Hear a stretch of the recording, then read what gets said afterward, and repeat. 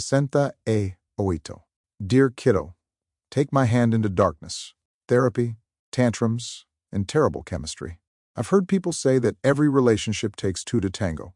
But with Mom, it felt more like an interpretive dance performed by a mime and an octopus. And I was the mime, frantically trying to make sense of the flailing limbs and ink clouds of emotional chaos that she threw my way. Sure, it takes two to have an argument, but one of us was holding the megaphone and the script. Spoiler, it wasn't me. Looking back, I can now see that most of our issues were rooted in her personality disorder. My part in all of this was in how I reacted to her shenanigans. I didn't yell. I didn't threaten. I just stood my ground like a particularly stubborn tree, which, of course, drove her absolutely nuts. It all really came to a head after her lap dancing spectacle at Dual Brewery. Oh yeah, that happened.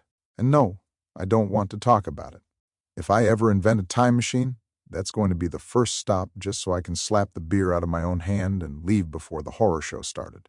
It was like watching a live-action car crash, but with more emotional scarring. After that incident, I started seeing her manipulation and gaslighting for what it really was, crazy-making. Naturally, my tolerance for her nonsense evaporated like cheap cologne in the sun. I stopped playing nice. I stopped trying to twist myself into pretzels to accommodate her bizarre worldview, and I refused to let her manipulate me anymore. The problem was, I didn't have the right vocabulary to explain what was happening. I just knew that I was tired of banging my head against the wall trying to reason with a person who seemed to live in an alternate reality where facts were negotiable and logic was a suggestion.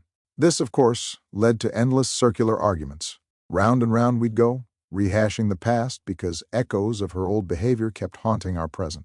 And every time I tried to use logic to explain my perspective, she'd twist my words into an unrecognizable pretzel of confusion.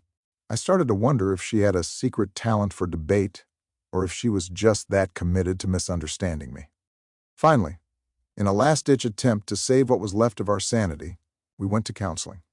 The only therapist we could find was an old Christian lady, which I didn't think twice about until I remembered Mom's totally rational, definitely not over-the-top hatred of Christianity. Great start, right? Oddly enough, our first and only session happened on the same day I was let go from the gallery. But we'll get into that disaster later. First, the therapy session. Spoiler alert, it was a train wreck. I thought I'd ease into things by addressing the fact that Mom and I didn't share the same sense of humor. For me, humor was the glue that held my relationships together. I've always needed that playfulness, that witty back and forth that keeps life interesting. But with Mom, it was like playing ping pong with a statue. She took everything way too seriously.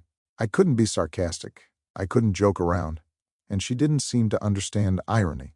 If you've never tried to explain sarcasm to someone who thinks every statement is literal, I don't recommend it. So I mentioned this as gently as I could. She didn't take it well. And by didn't take it well, I mean she looked at me like I'd just kicked a puppy. It wasn't even the real issue. Not really. It was just the tip of the iceberg.